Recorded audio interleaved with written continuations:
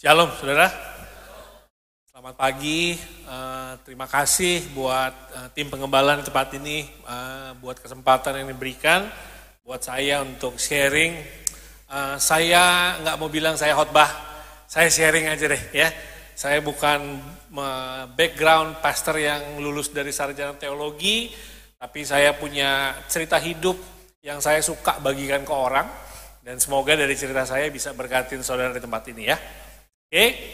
So let me introduce myself. Nama saya Adi. Saya masih bekerja full time di perusahaan saat ini yang saya bangun bersama dengan istri saya juga, dan saya bawa istri saya karena saya suka kalau bisa tuh kalau sharing bawa istri saudara. Dan saya paling kagum kalau lihat hamba Tuhan khotbah bawa istri. Kenapa?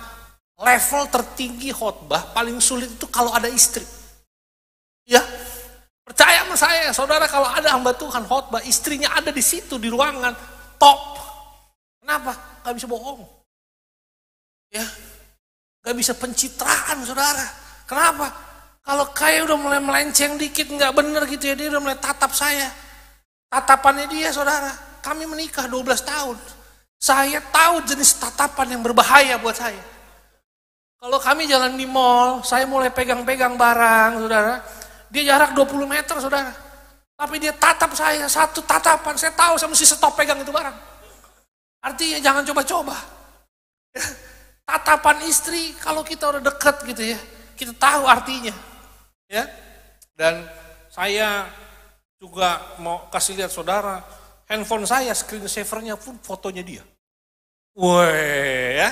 Saya rapat, meeting kemana-mana, di restoran itu, selalu ada foto istri saya. Kalau orang tanya, Pak itu istrinya? Iya jelas, masa sekretaris? Gak mungkin ya, pasti istri. Dan ini saya pampang untuk kasih saya reminder, kebaikan Tuhan di hidup saya. Gitu ya. Dan ini sebelum, ini sama ke ibadah satu, saya mau tanya nih sama saudara, di sini ada yang pilot? Gak ada ya? Gak ada yang profesi itu pilot ya? Saya mau cerita sedikit saudara tentang pilot saudara. Ada teman saya, co-pilot, cerita sama saya, dia punya teman pilot, dia punya kenalan pilot senior, captain, ya, captain pilot di salah satu maskapai terkenal di Indonesia, dan jam terbangnya udah puluhan ribu, ya. Dan satu waktu karena dia co-pilot, dia mesti dipasangkan sama pilot ini gitu ya, untuk terbang ke satu daerah, dan udah berkali-kali kena jadwal sama ini. Pilot gitu ya, dia nggak berani tanya satu hal, tapi akhir satu hari dia beranikan diri, saudara. Dia tanya, Cap, boleh nggak tanya hal yang personal, Cap? Ya, apa? Itu saya lihat Captain terbang kemana-mana, ya, selalu ada foto nyonya dipajang di monitor depan, romantis sekali, Cap, gitu ya. Cuman boleh saya tanya, kenapa nggak itu dipasang itu foto di monitor? Apa nggak ganggu gitu ya, kan banyak instrumen gitu saudara ya kalau pilot ya. Lalu ya dia berpikir jawabannya akan sangat menyentuh hati dia gitu saudara. Lalu si kapten ini terangkan, ya kan kau tahu kan kita terbang ke berbagai tujuan, menghadapi banyak cuaca buruk, dan kadang-kadang ada kesulitan teknis di udara yang mesti diselesaikan sama pilot-pilot ini, saudara. Kita tidur di belakang nggak tahu kan, mereka lagi bergumul gitu ya untuk perbaiki sesuatu. Nah, ini foto ada gunanya. Oh, apa itu, Cap? Ini foto kasih saya reminder, kasih saya pengingat. Masalah apapun yang saya hadapi di atas udara ini, tidak ada masalah yang lebih besar yang menunggu di rumah. Makanya foto ini kasih ingat, kalau yang di rumah ini bisa saya atasi, apalah artinya masalah cuaca ini dan semua masalah teknis ini. Tidak ada artinya, pasti bisa saya lewatin. Karena yang ini di rumah sudah bisa saya atasi puluhan tahun. Jadi ya ampun, saya pikir dia romantis gitu saudara. Rupanya pengingat saudara, bahwa ada istrinya lambang masalah di rumah. Makanya dia bawa gitu ya, buat motivasi. Kalau saya enggak ya Maya. Ini beneran. Kalau ini pengingat kebaikan Tuhan, saudara. Amin ya. So saya mau sharing hari ini, tema diberikan bulan ini Rebuild Finance. Tapi izinkan saya, sebelum saya sharing topik, saya mau sharing tentang background saya dulu ya, boleh ya? Supaya nanti saudara tuh relate sama topiknya. Saya, yang saudara lihat hari ini, saya memang bekerja sebagai seorang founder, CEO di satu perusahaan investasi dan advisory, posisi yang sangat baik tentunya gitu ya. Saya punya kurang lebih sekarang 7 perusahaan yang saya pegang, dan puji Tuhan kondisi seperti ini sangat jauh berbeda 10 tahun, 12 tahun yang lalu sekarang berarti ya. Karena di 2012 saya mengalami yang namanya kebangkrutan.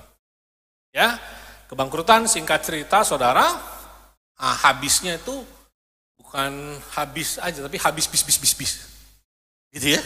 Saudara yang senyum pasti bisa relate sama saya. Apa yang saya bilang habis bis. Gitu ya. Bukan habis lagi, minus saudara ya.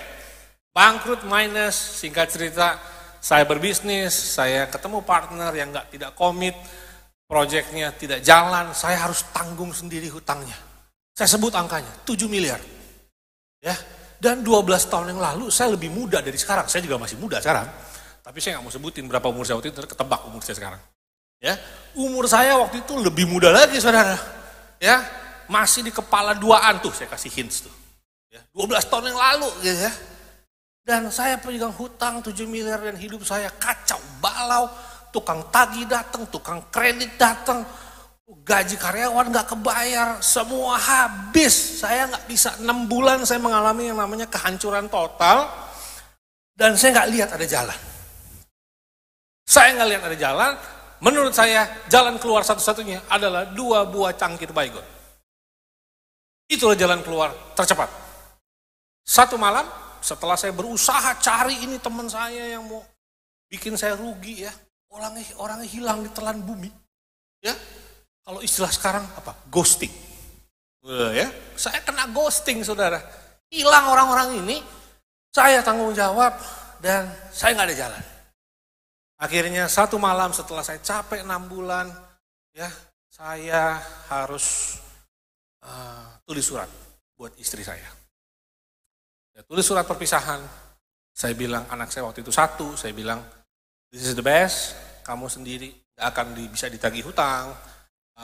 Karena saya udah gak ada, jadi take care segala macam. Dan saya ingat itu saya bangun jam 3 subuh pagi, saya tulis surat itu sambil hancur menangis jam 3 pagi. Tiba-tiba saudara, setelah 6 bulan saya hancur, tentu saya gak bisa ibadah, saya gak bisa rasakan hadirat Tuhan. Saya ini saya melayani gitar saudara dari saya SMA di gereja saya. Saya tumbuh di lingkungan keluarga hamba Tuhan, ibu saya pendeta gitu ya. Udah Manado pendeta lagi, bisa bayangin ya kombinasinya ya. Kombinasi disiplinnya saudara bisa bayangkan ya. Sudah pendeta Manado pula. Jadi saya hidup di lingkungan yang cukup sehat sebetulnya ya. Tapi saya end up fail. Ya, saya gagal dalam mengelola keuangan saya. Dan saya capek selama 6 bulan itu saya gak ketemu jalan keluar. Saya mau bunuh diri. Tapi pagi itu jam 3 pagi saya banget. Pertama kalinya saya bisa dengar Tuhan ngomong dia. Dia tanya menggoda. Dia tanya, Adi, are you tired? Adi, udah capek belum? Dan saya sambil setengah ngambek saudara ya. Apa? Ulangi lagi. Apa lu bilang? Udah capek atau belum? Menurut ngana? Kemana aja lu 6 bulan ini bos? Ya, gue udah mau negak baik kok nih. Lu pakai tanya lagi. Klise banget ya. Masa tanya capek apa enggak? Ya pasti capek pak. Lu tolongin gue kemana 6 bulan terakhir? Gue udah habis reputasi gue. Habis diinjek-injek orang ya. Lu kemana? Dan Tuhan untung gak balik marah. Kalau dia marah kan saya bisa disulap jadi lalat saudara. Ya, kalau sulap jadi lalat istri saya bingung nanti. Mayat gak ada, laler ada. Ya, untung Tuhan kita bukan saya gitu ya. Kalau saya jadi Tuhan kurang ajar banget ya anak jadi lalat loh. Gitu ya. Tapi untung enggak, ya. Tapi Tuhan tanya balik sama saya. Kalau you are tired, kalau kamu capek, boleh saya pegang setirnya? Can I hold the steering wheel? Wah, pertanyaan itu, pertanyaan semi menjebak. Ya, paling enak nanya orang kepepet. Kenapa? Jawabannya pasti hampir 100% iya. Ya, orang kepepet tuh tanya apa aja pasti iya. Gitu ya. Tapi harus begini ya? Iya. Tapi boleh begini? Iya, iya aja terus. Kepepet. Ya, saya bilang ditanya Tuhan begitu, saudara, jawaban saya. Ya udah deh, ambil steering wheel deh. Caranya gimana? Maksud lo apa sih ini? Ya. Singkat cerita saudara, Tuhan tuntun saya buka laptop dan tulis email. Tanpa saya sadar ini email untuk siapa. Begitu email selesai 3-4 paragraf, saya baru sadar. Email ini ditujukan untuk partner saya yang bikin saya rugi 7 miliar. Dan isi emailnya adalah saya melepas pengampunan dan memberkati mereka. Dan tidak akan menuntut mereka secara legal. Begitu selesai saya stop ngetik, saya bilang, nanti dulu bos. Sabar. Sabar, ini apa ini? Ya nanti dulu, wah ini bahaya ini email.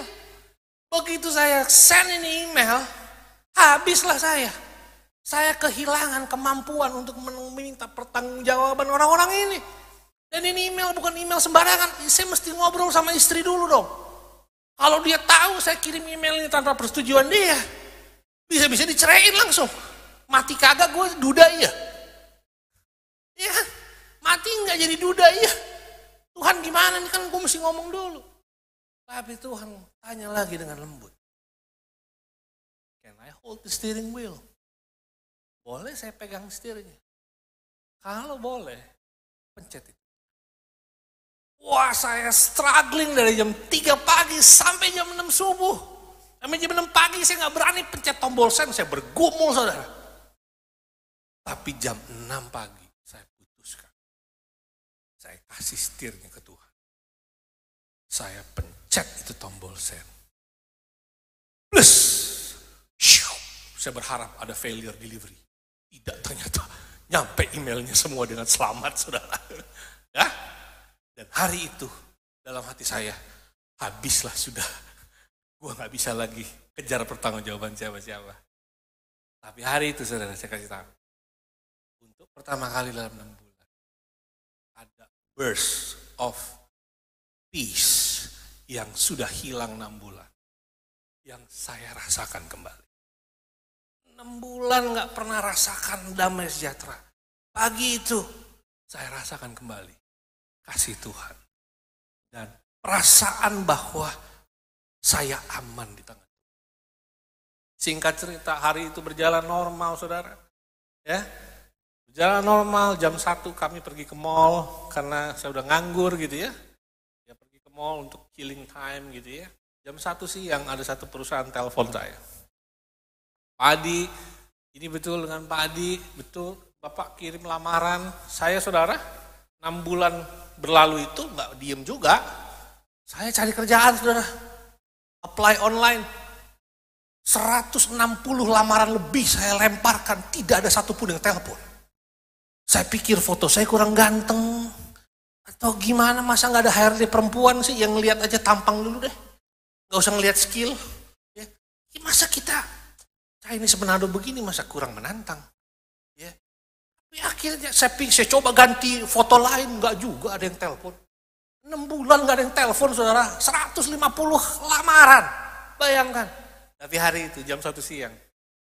Pak Adi kirim lamaran ke kami ya 2 bulan lalu ya. Wah udah lupa gue. Yang mana lu juga. Saya lamar dari semua posisi. Dari mulai teller bank sampai dengan posisi apapun saya lamar saudara. Ya. Udah lupa saya. Iya kali. Iya Pak, gini Pak. Lamaran Bapak 2 bulan lalu ini masuk dipegang sama orang. Lalu orangnya resign Pak. Lalu filenya keselip hilang. Baru tadi pagi jam 9 ketemu Pak. Di hari yang sama. Singkat cerita, hari itu saya dipanggil interview. Minggu depannya saya diterima. Dan saya mulai bekerja dari awal. Dari nol. Dan dari situ Tuhan pulihkan pekerjaan saya, pendapatan saya, income saya secara perlahan. Cuman gak ada waktu untuk saya cerita lebih detail kalau ada kesempatan. Ya, Tuhan pulihkan, saya masuk ke season demi season. Gak instan saudara, tahap demi tahap.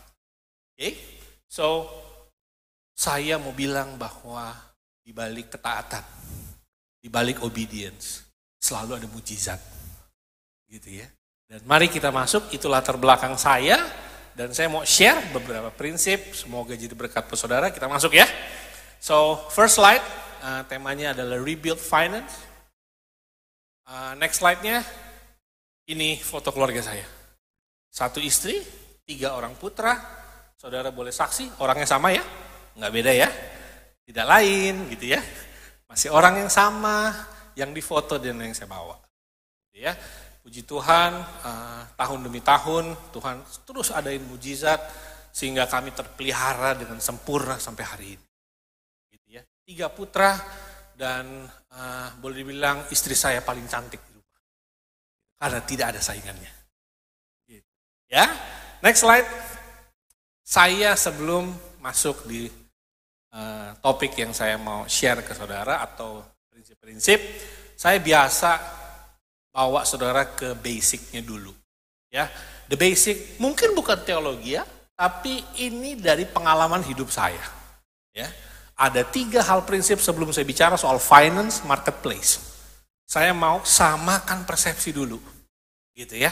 Dan saya mau share ke saudara ini basic persepsi saya. Nomor 1, Ulangan 28 ayat 13, very famous. Tuhan akan mengangkat engkau menjadi kepala dan bukan menjadi ekor, engkau akan tetap naik dan bukan turun apabila engkau mendengarkan perintah Tuhan Allahmu yang kusampaikan pada hari ini, kau lakukan dengan setia. Amin. Tapi saya mau bilang saudara, ayat ini kurang lengkap. Karena di terjemahan asli, bahasa Yunaninya, kata kepala dan ekor yang saya hijaukan, punya kata lainnya. Kata lainnya ini yang membuat ayat ini jadi lengkap. Kenapa saudara? Karena dengan ayat ini banyak yang datang ke saya yang bilang, Pak, saya udah kerja di bank 12 tahun, jadi customer relation gak pernah naik jabatan. Saya dikutuk apa diberkati? Karena dengan ayat ini dia merasa kalau gak promosi-promosi, artinya tidak diberkati. Kalau belum jadi bos, belum diberkati. Saya bilang, enggak begitu ceritanya. Tapi yang dia pakai ayat ini, ya. Saya kasih tahu ke saudara, kata kepala dalam terjemahan asli Alkitabnya punya meaning yang lebih dalam, artinya teladan. Kata ekor sebaliknya, di dalam terjemahan asli Alkitab bahasa Yunani, kata ekor punya arti buat kita yang gampangnya saya terjemahin sampah. Tapi aslinya saya nggak ngerokok nih ya. Tapi kalau orang ngerokok ada puntung rokok ya, ada abunya ya. Abunya itu abu dari sisa bakaran rokok, itulah arti sebenarnya ekor di dalam Alkitab. Artinya sampah useless, siap dibuang. Mari kita ganti katanya sekarang menjadi Tuhan akan mengangkat engkau menjadi teladan. Dan bukan menjadi sampah. Lebih masuk ya. Artinya saudara boleh jadi security, saudara boleh jadi customer relation officer, saudara boleh jadi direktur, selama saudara jadi teladan. Kenapa saudara? Banyak direktur kelakuannya banyak pemimpin kelakuannya enak ngomongnya kan. Ya. Tapi ada banyak bawahan, ada banyak orang yang tidak punya jabatan, tapi dia bisa jadi teladan. Dan yang Tuhan mau, saudara dan saya jadi teladan di posisi apapun. Jangan jadi sampah. Jadi beda ayatnya ya. Jadi saudara yang Tuhan taruh di posisi itu, mungkin gak promosi 10 tahun, 5 tahun. Jangan kecil hati. Karena Tuhan lagi mau taruh saudara jadi teladan. Jadi kasir, pegang duit, 1 juta terus limitnya gak pernah naik. Yang dipercayakan, gak apa-apa, jadi teladan. Untuk posisi itu. Oke, aman ya? Nomor 2 prinsip yang saya mau share. Mazmur 24 ayat 1. Tuhanlah yang mempunyai bumi serta segala isinya. Dan dunia serta yang diam di dalamnya. Amin. Bawahnya saya kasih keterangan tambahan. Tuhan punya 100% dari yang kita punya. Bukan 10%. Siapa yang mikir punya Tuhan cuma 10%? Pak kan per bulan 10% Pak, 90-nya punya saya belum? Salah. Punya Tuhan 100, saudara. 10% itu adalah tanda pengakuan iman kita bahwa dengan 90% Tuhan sanggup pelihara kita dan berkati kita lebih lagi. Tapi punya Tuhan 100%. Aman ya? Oke. Dan yang ketiga. 1 Petrus 4 ayat 10 saya ambil dari NIV. Each of you should use whatever gift you have received to serve others as faithful stewards of God's grace in its various form. Apapun yang saudara pegang hari ini, jabatan, talenta, gift. Saudara dan saya jangan pakai mental owner. You and I will never be the owner. Kita hanya steward, dititipin. Tuhan titip. Amin saudara. Kalau Tuhan titip, Tuhan yang punya. Tuhan ambil boleh nggak? Boleh dong. Ya. Jangan baper. Karena dititipin. Ya.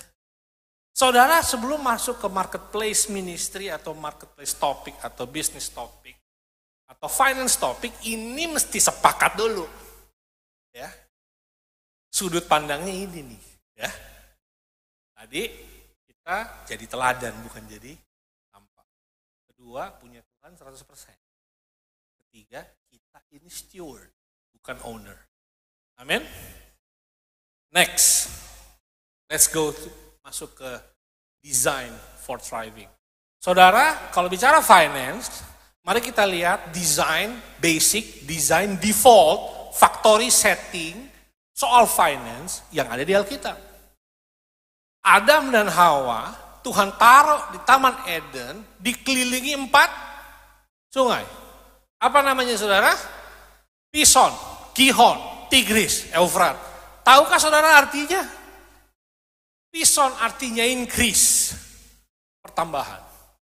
Gihon artinya bursting forth, meluap keluar. Tigris artinya laju deras.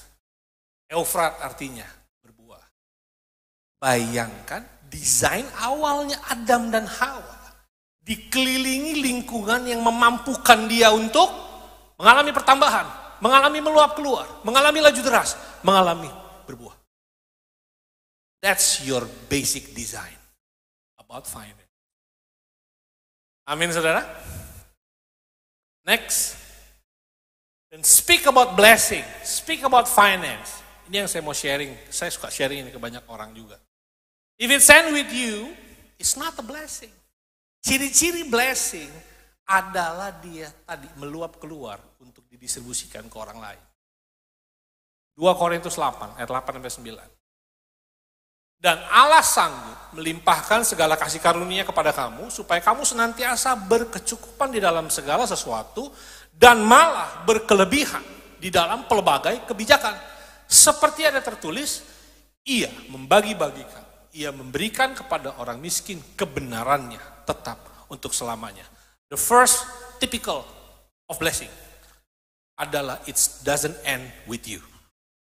Kalau Tuhan kasih sesuatu, Tuhan kasih blessing, biasanya it's also for other people untuk nikmatin.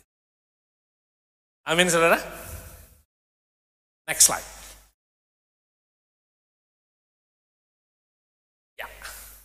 Ini saya mau juga sampaikan ke saudara sebelum kita masuk ke prinsip-prinsip keuangan kita. You are free to choose your actions, but you are not free to choose the consequences. Saudara dalam mengelola keuangan, dalam mengelola berkat, dalam mengelola finance, saudara tuh mesti tahu bahwa saudara bebas melakukan whatever you want. Bebas saudara. Apalagi zaman sekarang. Ya, bebas ya, bayar pakai OVO ya, gampang ya. Ya enggak? Gesek-gesek gampang ya. Gampang, tapi saudara mesti sadar setiap kali gesek ada konsekuensinya. Percayalah 30 hari kemudian ada amplop yang tiba di email. Isinya tagihan. Gak bisa saudara tengking tagihannya, dalam nama Yesus hilang dari inbox. Tidak bisa. Datang itu pasti tagihan. Ya. You're not free to choose the consequences. Saudara suka makan samcan? Doyan samcan. Orang Manado berapa banyak di sini? Ada orang Manado. Wah, belum ada orang Manado di sini. Orang Manado paling suka babi putar, Brenebon. Wah, ya. Kalau kita Natalan, saudara, belum pulang kalau nggak ada babi putar, Brenebon, dan gitar. Ya. Wah, makan samcan tuh free nggak? Bebas nggak? Bebas makan samcan. Ya. Makan babi putar bebas. Tapi Anda tidak dibebaskan dari kolesterol Anda bermasalah. Saudara coba deh makan samcan deh. Tiap hari, hari pertama, kedua, ketiga, keempat, kelima. Ya, sebulan jadi lifestyle gitu ya. Makan samcan, makan ini. Saudara ke lab tes. Datang bawa minyak urapan. Mau urapi jarumnya. Urapi kertas labnya. Tolak segala roh kolesterol. Dalam nama Yesus, hilang kolesterol. Turun. Berhasil gak? Nggak bisa. Ya, mau diurapin ke itu kertas, rusak iya. Tapi faktanya kolesterol kita hancur, ya udah. Itu konsekuensi dari pilihan kita nelen samcan tiap hari. Ya kan? Jadi tolong pahami prinsip konsep perbuatan dan akibat. Dan berlaku di finance. Berlaku di keuangan. Even secara biblical. Amin saudara. Next slide. Kata-kata rebuild finance, membangun. Membangun adalah mengelola. Amin. Membangun, mengelola. Ayat very famous. Lukas 14 ayat 28. Sebab siapakah di antara kamu yang kalau mau mendirikan sebuah menara tidak duduk dahulu membuat anggaran biayanya. Kalau cukup uangnya untuk menyelesaikan pekerjaan itu. Amin. Karena saudara, gagal membangun sama dengan gagal mengelola. Dan gagal mengelola datang konsekuensi. Anda gagal makan yang baik, Anda gagal berolahraga, Anda harus tanggung konsekuensinya. Tidak bisa datang ke pendeta minta diurapi supaya arterinya jantung terbuka. Ya. Jangan begitu. Ya. Dok, Pastor, saya mau medical check up besok. Tolong doakan saya. Supaya jantung ini sehat. Ya kita doakan. Tapi kan kita nggak tahu, pendeta nggak tahu. Saudara hidup Senin sampai Jumat bagaimana. Iya kan? Didoakan boleh. Tapi jangan anggap bahwa keputusan hidup kita membuat kita bebas dari konsekuensi. Setiap keputusan ada paket konsekuensi. Saya kesini lihat saudara lagi bangun gereja ya, puji Tuhan ya. Dibangun. Saya yakin panitia pembangunan menghitung biayanya, menghitung waktu yang diperlukan, menghitung berapa banyak orang dibutuhkan, menghitung bagaimana mengatur supaya bisa ibadah tetap jalan. Ya. Itu yang namanya mengelola. Dan dipercaya datang dari pengelolaan yang baik. Amin saudara. Next slide. Saya paling suka ngomong gini juga. Ada satu hamba Tuhan ngomong sama saya. Adi kalau bikin gereja, jangan pernah tujuannya jadi besar. Punya gereja, jangan pernah agendanya jadi besar. Kenapa? Karena jadi besar harusnya adalah akibat dari taat sama tuntunan Tuhan. Anda taat menggembalakan 10, 20, 30 orang. Konsekuensinya jadi besar. Kalau saudara bisa taat untuk mengelola yang kecil. Ada banyak gereja, bukan di tempat ini. Mungkin yang bikin gereja tujuannya mau jadi besar. Tujuannya langsung jadi besar. Ya. And that's wrong. Dan saya suka bilang, sama halnya, menjadi kaya bukan sebuah tujuan. Tapi jadi kaya adalah akibat atau konsekuensi saudara dan saya mengelola berkat dengan benar. Konsekuensinya Anda nggak bisa nolak kekayaan datang. Hebat nggak tuh? Kekayaan datang ngetok-ngetok, maksa masuk. Ya, kalau Anda kelola berkat dengan benar, kekayaan datang ketok-ketok pintu. Ya, itu nggak usah dicari. Dan sebaliknya, yang nggak enak. Saya pernah hidup dalam hutang. Tapi yang saya maksud di sini, hidup menumpuk hutang terus-menerus tanpa ujung adalah akibat konsekuensi dari gagal mengelola berkat. Kalau Anda gagal mengelola berkat Tuhan kasih, dan akibatnya nggak usah perlu insinyur yang mikir. Akibatnya saudara harus hidup menumpuk hutang. Ya. Saya hidup di generasi, saya suka basket gitu ya. Saudara mungkin saya nggak tahu, suka basket. Ada salah satu atlet terkenal namanya Kobe Bryant. Udah nggak ada sekarang. Meninggal. Kobe Bryant itu champion, juara NBA, juara Olimpik. Semuanya dia udah menangin. Ya. Tapi saudara, ditanya dalam satu wawancara, dan wawancara ini saya nonton, saya masih ingat sampai sekarang, dan sangat menjadi berkat, bahkan buat saya. Tuhan kadang-kadang pakai orang-orang dunia untuk berkatin kita loh. Ya. Kobe Bryant di satu wawancara ditanya sama wawancaranya, are you enjoying your achievement now? Anda nikmatin gak pencapaian Anda yang udah sampai hari ini? Dan jawabannya sangat mengejutkan saya. No. It's a usual feeling. Perasaannya biasa. Wow. Kenapa? Kok Anda biasa aja udah menang ini, menang itu, menang ini ya? Oh iya, because I enjoy the process more. Saya sudah terlebih dahulu jatuh cinta sama prosesnya. What do you mean? Tanpa kamera lihat, without any camera, saya bangun jam 4 pagi. Saya latihan basket dari jam 4 pagi sampai jam 10 pagi. Break 2 jam, makan siang. Saya latihan lagi di gym. Dari jam 1 siang sampai jam 5 sore. Baru saya pulang istirahat. Proses menyiksa diri tiap hari, 2 hari, seminggu, sebulan, 22 tahun. Dia lakukan itu. Konsekuensinya apa? Nggak ada yang bisa kalahin dia di lapangan basket. Nggak ada. Konsekuensinya, akibatnya, karena dia nggak bisa dikalahin di lapangan basket, jadi juara itu otomatis. Jadi the achievement is only the bonus. Tapi prosesnya, jatuh cinta sama prosesnya, ini lebih penting. Saudara punya duit 10 miliar, tidak akan pernah bisa sebelum bisa nabung 1 juta. Setuju?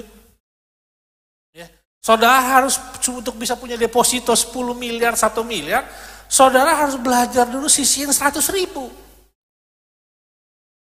Bisa nggak saudara sisihin dari gaji UMR ya 100.000 sebulan? Untuk akhir tahun punya tabungan 1 juta. Kalau itu berhasil, konsekuensinya Tuhan lihat saudara bisa dipercaya. Dan mulai Tuhan increase ke yang lebih tinggi, lebih besar. Pada akhirnya nanti, doesn't matter di tabungan saudara ada berapa. Tapi gaya hidup saudara yang disiplin, saudara udah enjoy duluan. Saudara udah enjoy dengan gaya hidup yang disiplinnya, yang dikejar itunya. Tuhan mau pastikan itu settingan pabrik saudara. Baru, karena saudara kalau enggak, saya punya teman kenalan mau masuk duit 10 juta, 1 miliar, 500 juta, habis. Kenapa? Gaya hidupnya udah tidak tertolong. Ngerti maksud saya? Amin ya.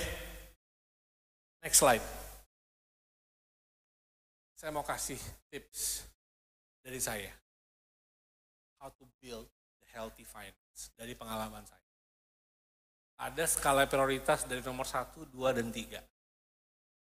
Nomor 1 apa saudara? Give to God and to those who need. Itu nomor 1 paling atas. Nomor 2, save for what you need now and for the future. Itu nomor 2. Nomor 3, spend. Dari kelebihan atau sisa setelah nomor 1 dan 2 selesai. Ya. Orang Kristen zaman sekarang banyak yang dibalik. Spend duluan, save kemudian, sisanya baru give. Spend duluan, save nomor 2, give-nya paling terakhir. Kalau saudara mau praktekkan cara begitu, saya kasih nomor HP saya, cerita ke saya 6 bulan lagi, bagaimana hidup saudara. If you spend first, save kemudian, terakhir baru give.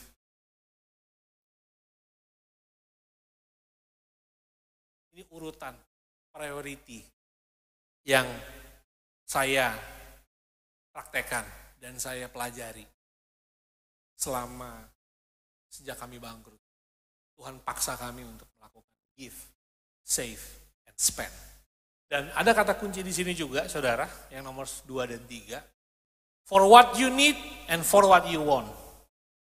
Bedakan kebutuhan dan keinginan. Ya. Saya mau kutip Daud, dulu aku muda sampai sekarang aku tua, belum pernah aku lihat anak orang benar meminta. Jadi pastikan saudara, kebutuhan Tuhan pasti penuhin. Keinginan nanti dulu. Karena normally what you want is what kill you. Biasa kita butuhnya Tuhan cukupin, tapi begitu ingin, ini yang masalah. Samson, orang tuanya tanya, bos, nggak ada perempuan lain bos, yang mau dinikahin nih selain ini perempuan nih, beda suku sama kita nih bos. Saudara ceritanya Samson tahu ya? Dia minta maksa untuk kawin sama gadis Filistin ya. Bos, nggak ada, orang tuanya baik-baik, nggak ada lagi nih perempuan di suku kita. Jawaban selanjutnya apa saudara? Tidak. Karena dia yang ku ingini. Jawabannya adalah dia ku ingini. Let me tell you what kill you is. Kebutuhan Tuhan tahu dan Tuhan cukup. Keinginan nanti dulu Pak Bos. Nanti dulu. Ya. Makanya saya taruh di prioritas terakhir. Penuhi keinginanmu, begitu kebutuhan udah gak jadi pertanyaan. When it's already covered. Saya juga suka mobil bagus, saya juga suka baju bagus. Boleh gak? Boleh. Tapi pastikan itu dibeli bukan dengan kredivo 18 bulan. Saya juga suka jalan-jalan liburan, ya saya suka. Tapi pastikan the needs cover first. Itu yang Tuhan mau. Kalau saudara balik needs-nya duluan, wants-nya duluan, dan nanti waktu trouble itu baru datang ke Tuhan, Tuhan gimana nih saya juga. Ya, Tuhan tuh first contact of prayer, bukan last minute 911. Ya. Jadi first contact tanya Tuhan dulu, Tuhan gimana saya take decision. Karena memisahkan wants and need, saudara butuh hikmat. Saudara butuh Roh Kudus loh. Karena kalau enggak, wah, skala priority-nya Tuhan, iblis bisa kacauin loh. Dan that's where the problem start. Di situ masalahnya dimulai. Karena saudara nggak bisa bedakan mana kebutuhan dan keinginan. Amin. Next slide. Yang saya mau bilang, choose your side. Ayatnya klasik, Matius 6 ayat 24. Tak seorang pun dapat mengabdi kepada dua tuan. Karena jika demikian, ia akan membenci yang seorang dan mengasihi yang lain. Atau ia akan setia kepada yang seorang dan tidak mengindahkan yang lain. Kamu tidak dapat mengabdi kepada Allah dan kepada Mamon. Mamon, uang, jahat nggak? Enggak. Yang jahat apa? Cinta akan uangnya. Ya. Jadi saudara bayangin kalau saudara jalan, saudara bayangin saya di tengah, ya, tangan kanan gandeng Tuhan, tangan kiri gandeng uang. Pastikan yang pimpin jalannya Tuhan di depan, mamonnya jangan lupa ditarik di belakang. Karena saudara you akan perlu uang, nggak bisa dipungkirin. Tapi pastikan yang mimpin langkah kita Tuhan di depan, kita di tengah, tarik duitnya di belakang, ikutin kita. Jangan arahnya reverse. Mamonnya yang narik kita di depan, Tuhan kita tarik di belakang buat backup plan. Tuhan, kita ke kiri Tuhan. Kenapa? Duitnya ke kiri. Tuhan ke kanan Tuhan. Kenapa? Duitnya ke kanan. Woi, Tuhan bukan ban serep. Ya. Tuhan is not your backup tires. Ya. Kebalik nih nanti nih. Ya. So, tadi pagi saya cerita. Saya kalau meeting gitu ya, makan siang gitu. CBD gitu ya, Pacific Place. Suka kalau makan siang tuh ketemu ibu-ibu arisan. Udah pernah lihat ibu-ibu SCBD arisan? Ya, sanggulnya semeter. Ya, udah pernah lihat loh? Sanggul, saya bilang kok bisa jalan ya? Gak pusing gitu. Ya, saya takut kalau asemolnya niup dia jatuh gitu. Sanggulnya semeter. Tentengan tasnya harga Innova loh. Duduk ya, saya sih bukan mau kepo. Ya kan duduknya semeter di belakang saya. Saya dengar kan dia ngomong apa kan? Saudara, ini kan kelihatan geng-geng arisan tas Innova, ya. Ini ya, tasnya itu Innova ditenteng, saudara. Ya. Ini belakang semeter. Tiba-tiba dia telepon suaminya. Saya kan bisa dengar, semeter di belakang saya. Nih, di mana lu? Ini nih, si Ling. Nah, datang ke sini ke SCBD, naik Rolls Royce. Oh mungkin dijawab sama suaminya, iya tapi lu kan juga mobil baru. Iya tapi lu masa gak bisa kasih yang sama kayak dia? Kerja lebih bener dong lu. Begitu ngomongnya. Gile. Saya sampai dalam hati saya, mana si Ling? Wah kacau saudara. Ya. Gak ada puasnya. Ya. Itu bahayanya kalau saudara feed your wants. Nggak ada puasnya, nggak ada habisnya. Ya. Saya lagi berharap ada yang ketinggalan nggak tasnya tuh. Lumayan saya mau sumbangin ke GBKDI lagi bangun gereja gitu kan. Kalau dia tinggalin kan dia nggak kehilangan juga kali ya. Cuman itu saudara, that's the typical. Saya ngeliat, untung istri saya nggak doyan tas.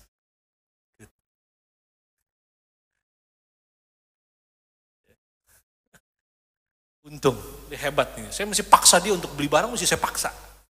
Bagus, teruskan mah. Gitu, ya. Jadi saya mau bilang sama saudara, kembali ke prinsip awal tadi di slide awal, nama-nama sungai yang mengelilingi Eden. Ya. Saudara dan saya didesain ya, untuk meluap keluar, distribute others. Next slide. Ada prinsip terakhir yang saya mau share ke saudara. Rich versus wealth. Sayangnya, kamus bahasa Indonesia cuma satu, kekayaan. Padahal bahasa Inggris ini ada bedanya. Rich and wealth have different meaning, punya arti berbeda. Rich is your ability to keep. Makanya daftar orang terkaya di dunia adalah mereka yang bisa menyimpan paling banyak. Tapi Alkitab mau saudara sama saya tidak rich, tapi wealthy. Kenapa? Karena wealth is your ability to distribute.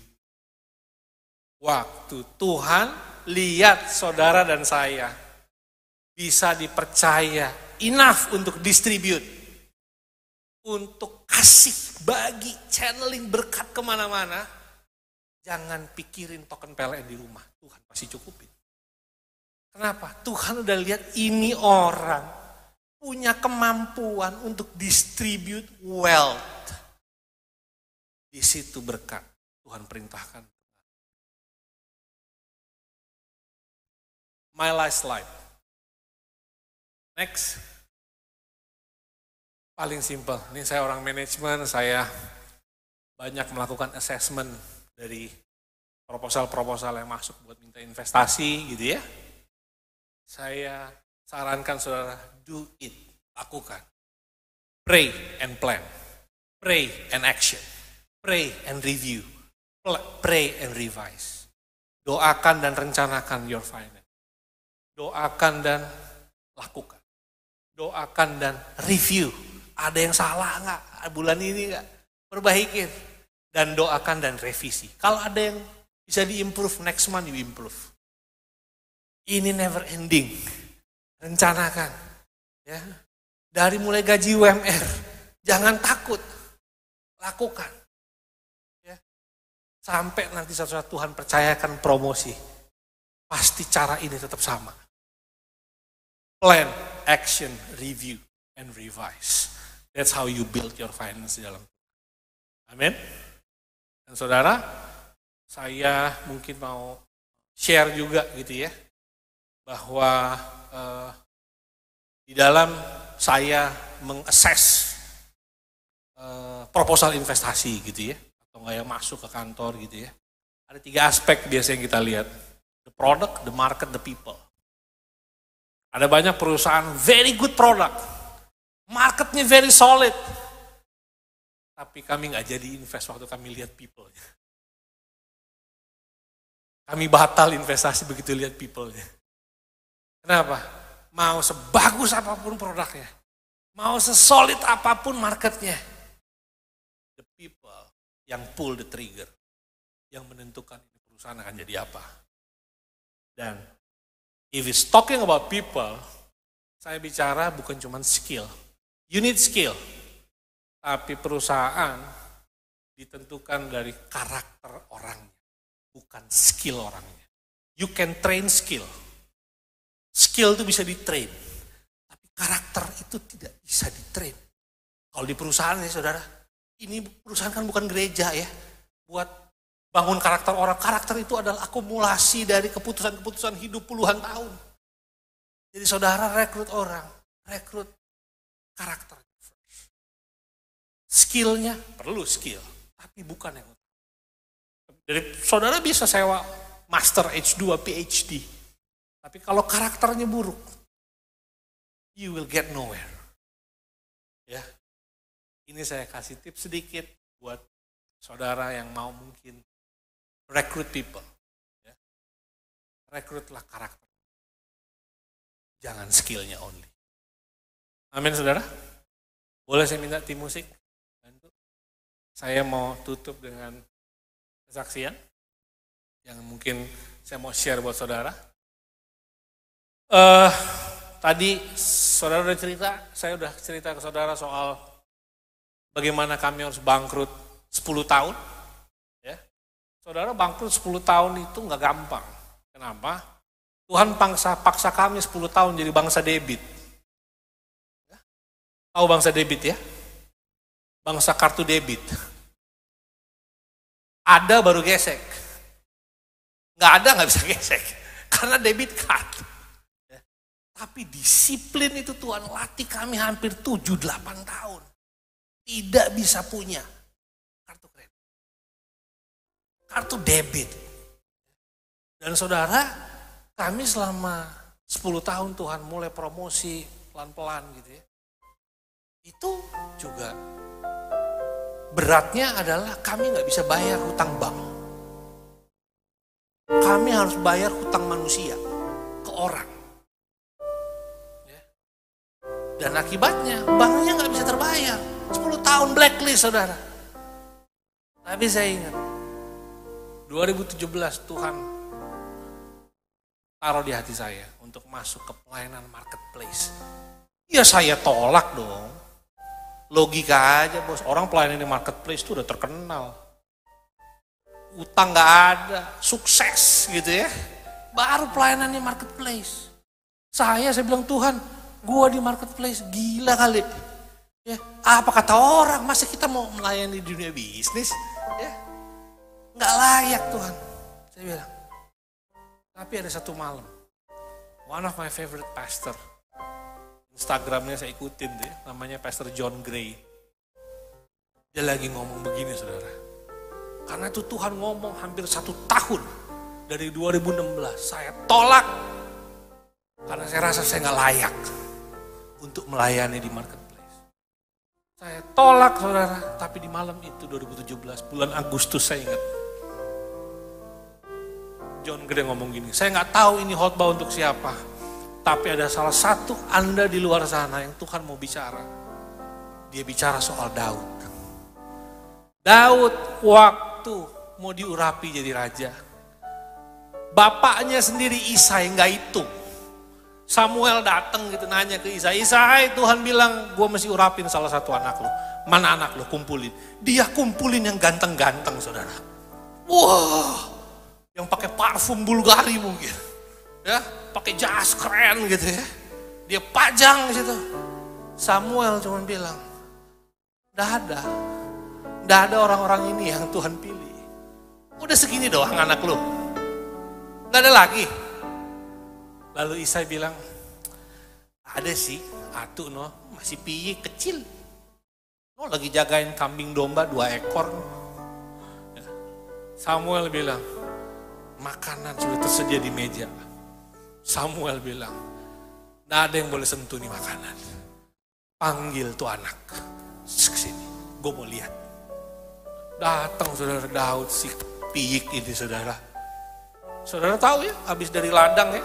Bau ya, kotor ya, kotor dekil ya, nggak ada persiapan ya. Mungkin juga Isai ngeliatnya juga, ya ampun jorok banget nih anak. Ya, jorok saudara, kotor. Tapi begitu Samuel lihat, Tuhan ngomong Samuel, ini dia. Dan Alkitab saya bolak-balik lihat berkali-kali sampai mau sobek. Enggak ada ayatnya yang bilang, maka Samuel memerintahkan Daud untuk mandi dulu. Tidak ada. Enggak ada. Enggak disuruh mandi, saudara. Begitu dia lihat Daud, sini loh. Dia tuang minyak urapan. Seada-adanya, sakotor-kotornya Daud. Dia urapi. Dan sejak hari itu, roh Tuhan berkuasa atas Daud. Yang saya mau bilang sama saudara, urapan Tuhan, kalau Tuhan udah pilih saudara, nggak ada kaitannya sama idealnya apa tidak saudara. Di mata orang kita bisa nggak ideal, tapi di mata Tuhan, kita punya rencana masing-masing.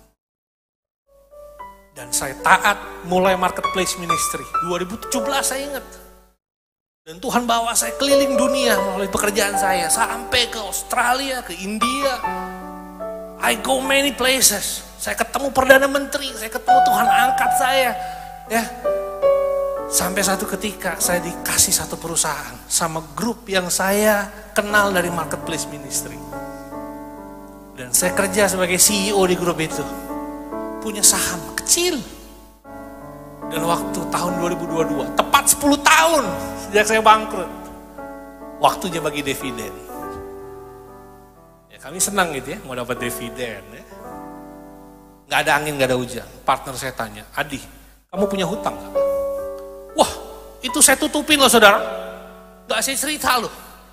Kamu punya hutang? Hutang bank, ada gak? Oh, ada. Berapa jumlahnya? Wah, gak enak sebutnya. Malu. Ya, banyak, even saham gua aja lu bagi dividen gak cukup buat bayar utang. Saudara tahu apa yang terjadi? Itu utang, gak pernah saya cicil 10 tahun. Gak bisa saya cicil, karena kalau saya cicil anak istri saya gak makan.